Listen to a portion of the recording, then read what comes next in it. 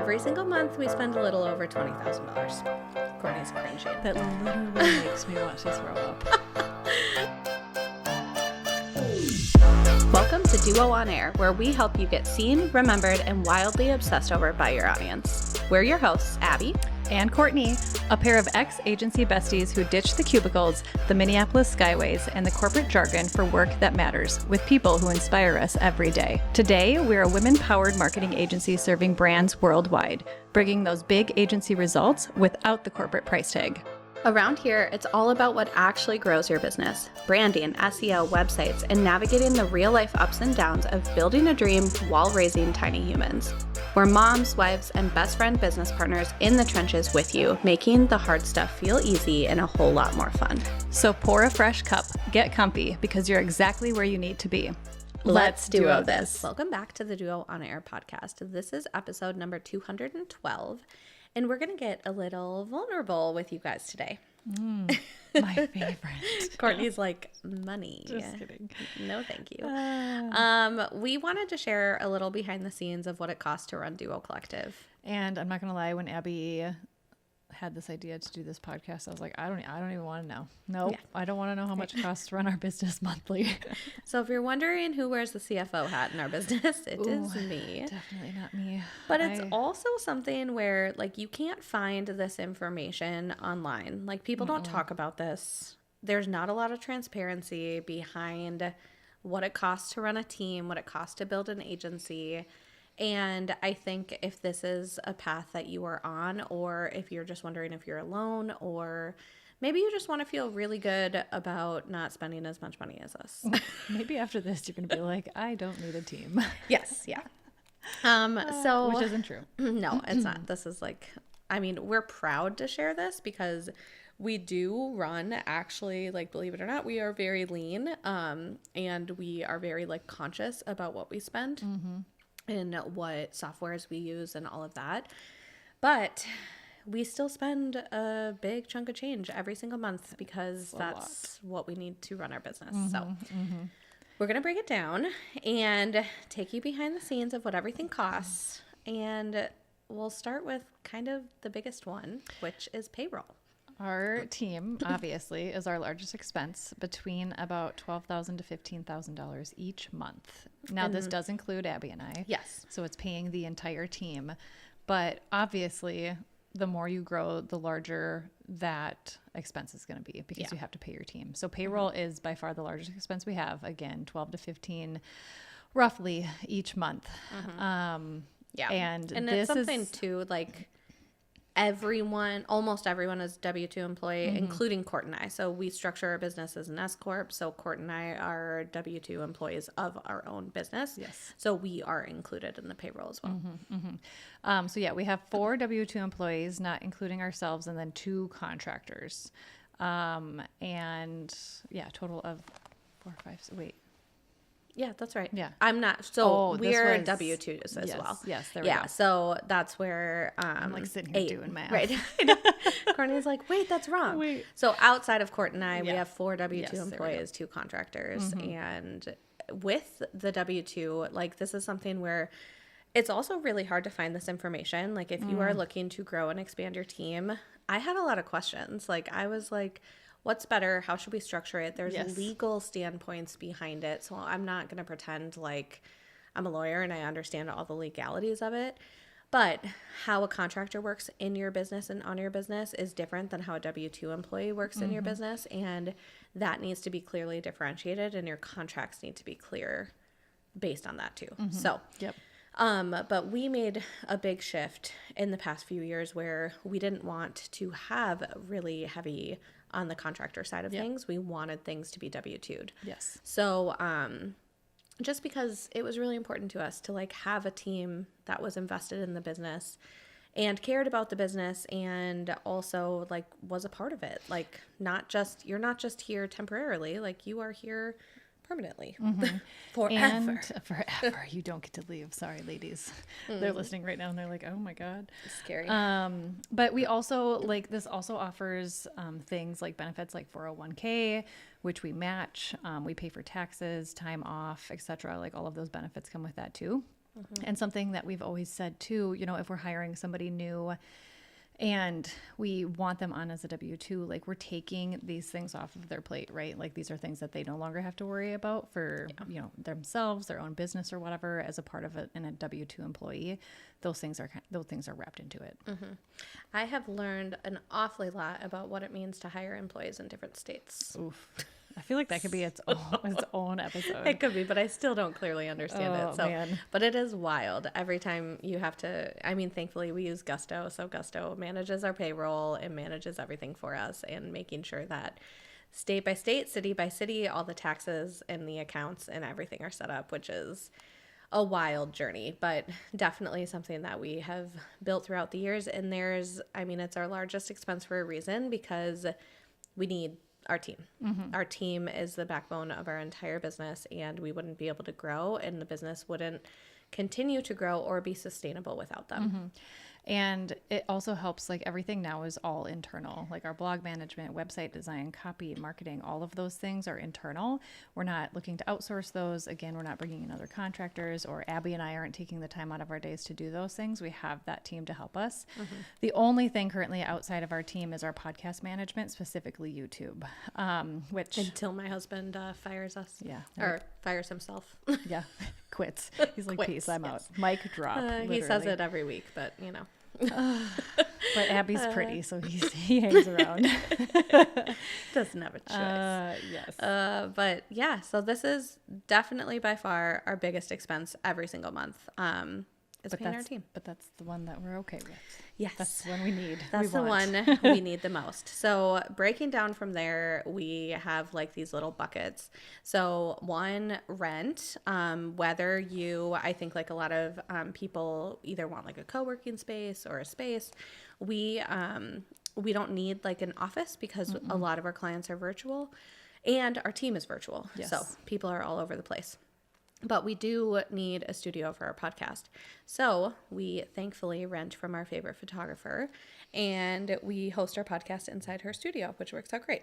So, which also happens to be Abby's mom. yeah, that's a few $100 a month, and something that we just recently added within the past year, because otherwise we were doing this out of my home, and it was restrictive because my kids couldn't be there. Like, we had to log her poor dog out. That poor dog. Yes. Such poor a Bonzo. rough life. I know. And yeah, it was just like the space, you know, it's a small office space. So it's like we had to hard set up and take down the equipment every time, which took time. That was like the worst part about it. That was by And far then, the worst. yeah, it's just nice to kind of like get out of your own space too, to be creative and to do stuff like this, and to have a setup where you don't have to constantly tear it down, put it back up. Yeah. And Julie was kind enough to let us paint the wall a brand color. We have our Fun Duo on Air sign behind us. If you haven't watched this podcast on YouTube, go do it. Yes. So it's just been such a nice space to have outside of just our homes. Yeah. And it's centrally located. Not that Abby and I are super far apart. It's like, I don't know, 40 minutes on a good day. But if traffic is nasty, it could be worse. Yeah. But it's centrally located to where we both are. Yeah. So it doesn't take either of us that long to get there to meet each other. Yeah, which is very nice. So moving on from there, we have our softwares. So this is a few thousand a month. And our softwares they range from like some that are super expensive. So the biggest heavy lifters in our business are going to be SEMrush and Adobe. Like, Thanks, guys. I know. SEMrush for SEO, Adobe for branding. Like, And it's like two that we need 'em. can't. Yeah. We cannot skirt around. We cannot function without these two. No, like we definitely need them. But SEMrush is definitely about $500 a month, which is insane, depending on the like different levels of things that we need. Adobe's a few thousand a year. A few thousand a year. Yeah. So yeah, they are the big heavy lifters in our business. And then we have other marketing tools. So Tailwind for Pinterest. We use ManyChat for auto response and Instagram, Tela for video platform, Webinar Jam to run our webinars, Thinkific to manage our course, Captivate to manage our podcast, Flowdesk to manage our email. So we have all of these tools that we need them. And I feel like we need to do like an Instagram reel or like carousel introducing our other side of like our software team. Ooh, It's like our software team. Like Yeah. we have Tailwind All for the things this. We have for. ManyChat for this. Yes. And I will say too, so we have a quarterly tracker that we look at, and this is like part of my CFO tasks is to go through all of these and make sure that we're using them. They're the best tool for us. Like, are we on the right plan? What are we paying for? If we're on a monthly plan, why? Like, let's upgrade to the annual plan or whatever it needs to be. So, like, we've made a few switches the last year where we're now using Workflow, right? Isn't it Workflow? Yep. For our wow. Feedback. Thank you. Yeah, it's like a feedback tool. Like markup. We can internally review things. We can send things to clients to provide feedback. And it can be things like PDFs. It can be website links, multiple things. I even think you can do videos in Workflow. I've never done that, but I think Laura does Laura's that been doing that, for our website clients. So it's a really handy tool. But yeah, we were using the free version of Mark. We were using Markup until Markup made the big switch, and the cost of that shift was so dramatic. I think a lot of people were upset about that. A lot of people jumped ship, I think. I mean, I'm not to say it's not worth it, but it's just, it was too expensive. It was too expensive for what we needed. Yeah, we like to run a lean business. So, and then we tried Pastel. Didn't love it. Yeah, something. I don't know if it was just a few kinks or something, or it's like it limited us, and then that next tier again was just too expensive. Yeah. So we found Workflow, and it's actually been working really, really well. So yeah. So there's things like that. There's other things like I think last year we just audited our Voxer, and it was like, why do we both have a pro account? I use Voxer more so for like my coaching students and stuff with SEO, whereas Court doesn't use it as much. So that was one where we're like, Court, you don't need the Voxer Pro access. I do. Right. So there's like small things where we can have these discussions, and we just kind of flag them every single quarter to be like, do we need this? Do we not? Right. So, or like, can we go down on the plan, or do we have to, should we switch to annual versus monthly? Like thinking about things like that too, based on how often you use the tool. Yeah. So yeah, we have those. I mean, there's internal tools too. So Asana, FlowMap, Workflow, like we just mentioned. We need Zoom. We need Notion, Voxer, Dubsado, and ChatGPT, because people are paid version is way better. Guys' software list is insane. This probably isn't even all of them. These are just the really big ones. But the big thing too is like when we had our annual planning meeting, when I don't even think I have it on here. Our quiz, Interact. We use Interact, and that's a few hundred a year. And that was one where we're like, we don't have a quiz. We're promoting right now. Right. So we had to make the decision of like, are we going to like actually set aside the time to make sure we have a quiz that is converting and working for us? Or are we going to drop this one and bring it back up when we do? The tools you're missing in here, Canva. I mean, we're in that tool every single day. Yes. And how we have did to pay forget? For a pro account for that. Yeah. So yeah, there's a lot of tools, but we are constantly auditing our tools and our softwares and making sure we have the right things in there. And it's really easy to kind of do that even monthly when our bookkeeper is also like asking us questions about what we spent that month. So I think Abby going just through asked me statements and the all other of day, that. she's like, you canceled Markup, didn't you? Or it was, I think it was Markup, and I was like, yes, I did. I know. But you had me worried. I was like, oh my God, did I? I know, right? So we like to keep that in check. Yes. Bookkeeping and taxes, the fun, sexy stuff. But absolutely 1,000% necessary. Yes. That is about $600 a month with who we work with, and to keep those things on track and moving forward. Worth every penny. Yes, because we didn't used to pay for this service. I think I signed up for QuickBooks at one point, and of course through this we also pay for a platform that manage it. Like Xero is what we use to manage our books, which was recommended by our bookkeeper, and we don't manage our books, our bookkeeper does. Yes. So I think I signed up for QuickBooks, and then I looked at it and I was like, I have no idea how to categorize this stuff. And also like that's not where our brain power needs to go. No. I would rather us like, again, quarterly be able to like audit the systems and tools that we have in our business to see what makes the most sense than sit down every single month and have to reconcile costs. Yeah. Like Yeah. not worth either of our brains. Especially if it's not something that we're trained in and we don't quite know everything. Like it's just, it's not something you should be guessing at, and it's something that you should definitely just outsource and pay other people to do. And then when it comes to legal services, so this past year we did make some investments in trademarks. So we got Duo Collective trademarked. Yes. We have SEO on Tap trademarked, which feels really great. And so we've been just like slowly integrating that into the process as well. And then as we've grown, we have found the need to potentially want a little bit more oversight from a counsel side of view. So things like really refining our contracts and all of that kind of like process stuff. So that's something that we're kind of allocating. I wouldn't say it's a consistent monthly spend, but it's something that we're allocating a little bit more funding towards. Yes. Obviously meals and coffee.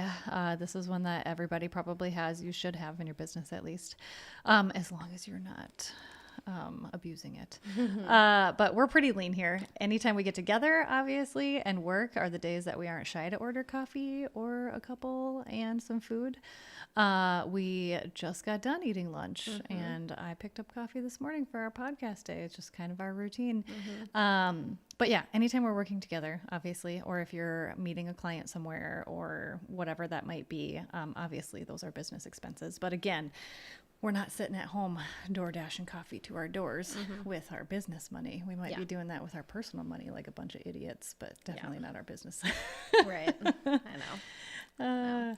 Another one, team retreats. So we host one a year. So this, we end up spending usually a few thousand between Airbnb, flying our team in, paying for meals, groceries, gifts, like anything that kind of falls into that bucket.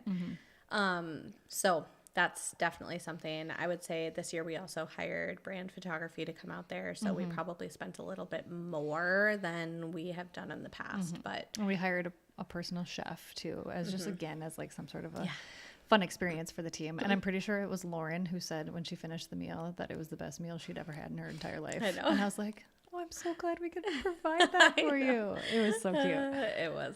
So team retreats, we like to go all out for. Yes, yes. And then this one's not fun, but something that you kind of have to think about is that there's credit card processing fees. So, I mean, we go through a bunch of different systems, whether it's like Dubsado or Stripe or Thinkific, like PayPal. Everywhere has a different fee structure.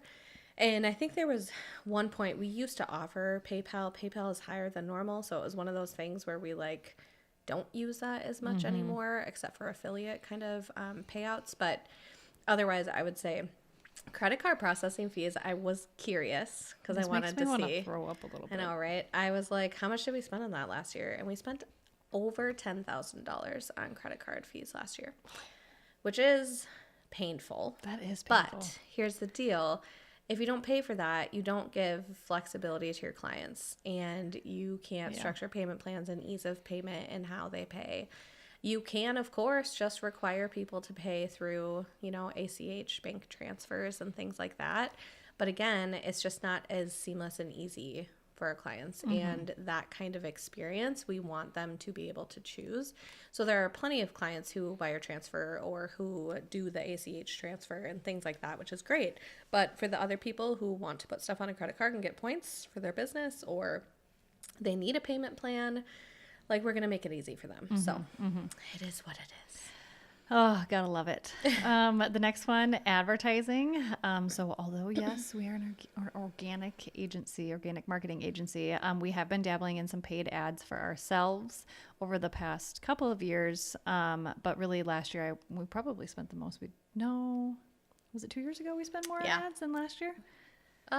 Maybe. I think we spent pretty close to the same, because this is another thing that we like to audit in our annual planning meetings, is like, how did it convert for us? Right. Yep. And last year we spent $4,500 on paid ads. I want to say, the year before was maybe around $6,000. Yeah, it might have been a little bit more, because I think we ran a few more like launch periods and stuff like that. Yep.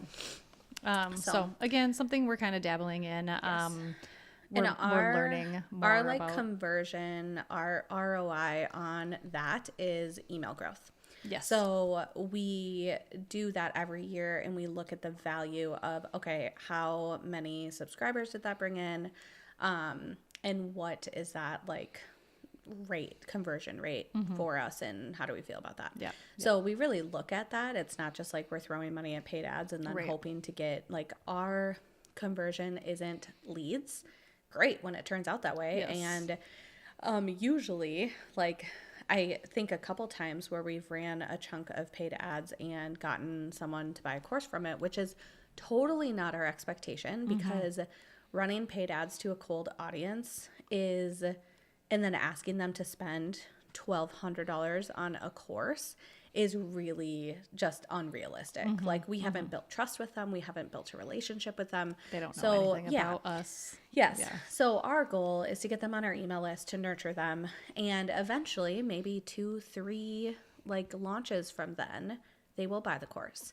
So we're in it for the long game. So I think that's also important to understand too, is like the spend that you're doing over the months and years shouldn't be for us, it's not an instant return. That's not what we're looking for. Yeah. So we've always found that running a small portion of budget against paid ads during launch windows has been very successful for us from an email growth standpoint. Yeah. Yeah.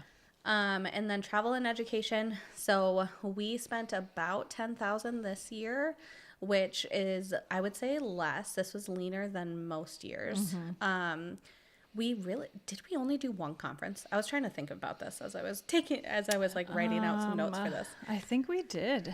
So we went to the Show It conference in Arizona this year, and we wanted to go with our team. So we asked anyone who wanted to come. So our web designer and our SEO strategist came, and then Court and I.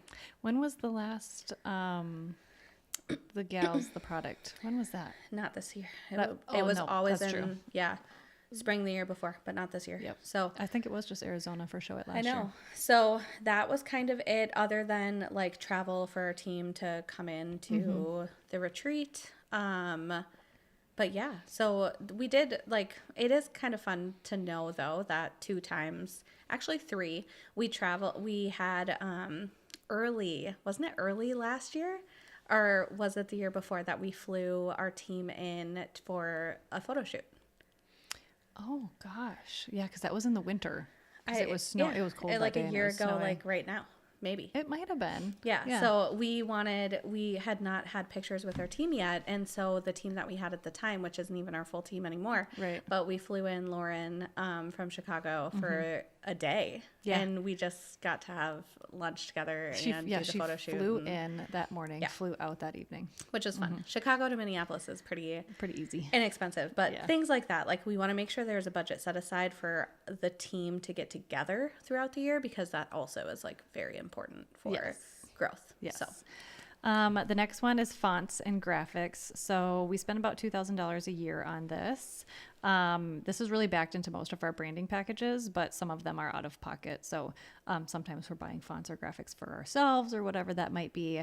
But a lot of it is really built into those brand packages and for the clients that we serve when they sign up for branding. Yeah.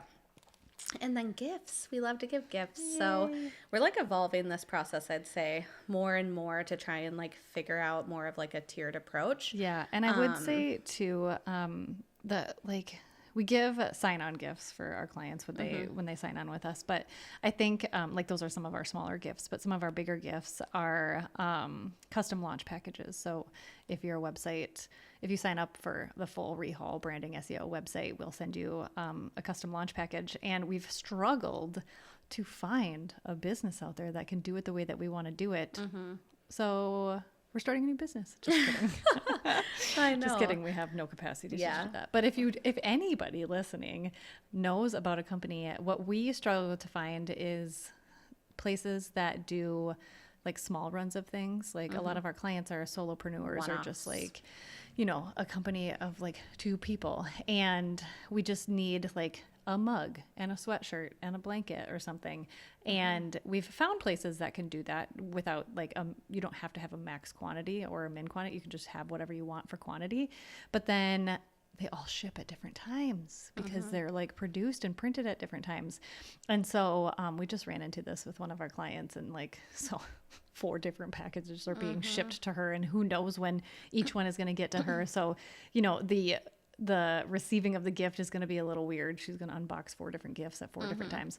But we've just kind of struggled to find a process or a place that does it the way that we kind of want it curated. We've done like celebration packages. Like we obviously like sip like beverages and celebrating and confetti. Like those are all kind of like part of our brands. Like we're your cheerleaders. So we've done things like that. But we also like from a brand perspective, how cool is it to receive how cool is it to receive gifts in your brand new brand that you're obsessed with? Like whether it's like a hat or a pattern on a blanket or a notebook or whatever, like that is such a cool experience. And so that's something where it's really hard to find one-off. So anyways, if anyone out there does this, please let us know. Yes, seriously, please. Because I've seen a lot of businesses do this for like, we would send people custom branded duo collective packages, but as brand designers, like I want to do it in your brand. I'm sorry. I'm going to break it to you. I don't want your brand. Yeah. I don't wear other people's brands. Right. Like I wear Duo's brands because that's what makes sense for the business, for us. And those are the things that I want to like represent and wear every day. So I think that's like something to keep in mind too, is like, we want the gift to be meaningful. Right. So right. We want them to use it. We want them to get excited. And if you have a brand new website and a brand new brand and somebody sends me a ton of gear with my new brand on it, you bet I'm going to be thrilled and I'm going to wear that and use that stuff. Yeah. Yeah, for sure. So, okay. That is kind of everything. I am sure there are things that I am missing, but we went back through last year's P&L and looked at our overall expenses. And again, this includes payroll, so keep that in mind. But about every single month, we spend a little over $20,000. Courtney's cringing. That literally makes me want to throw up. Which is a lot of money, but at the end of the day, it's money that we have to spend it. We spend this money moves our business forward. It does, yeah, and we need it.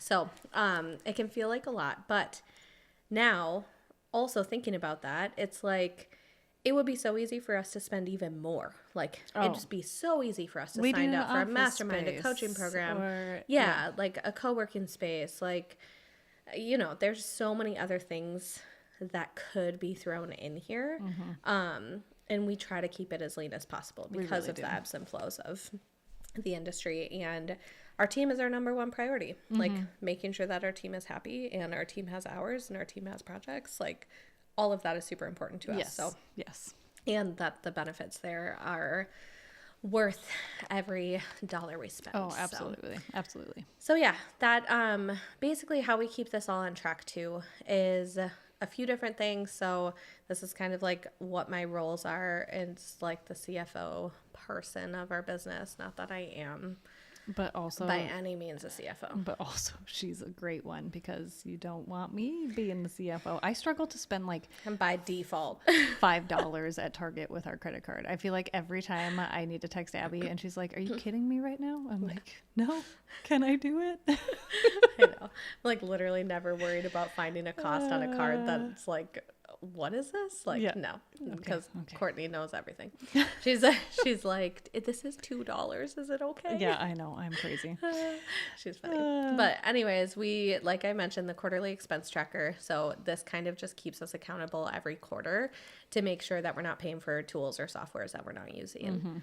Every single month, we do a quick snapshot, and Court and I have a meeting every single month to review, like, how did last month go?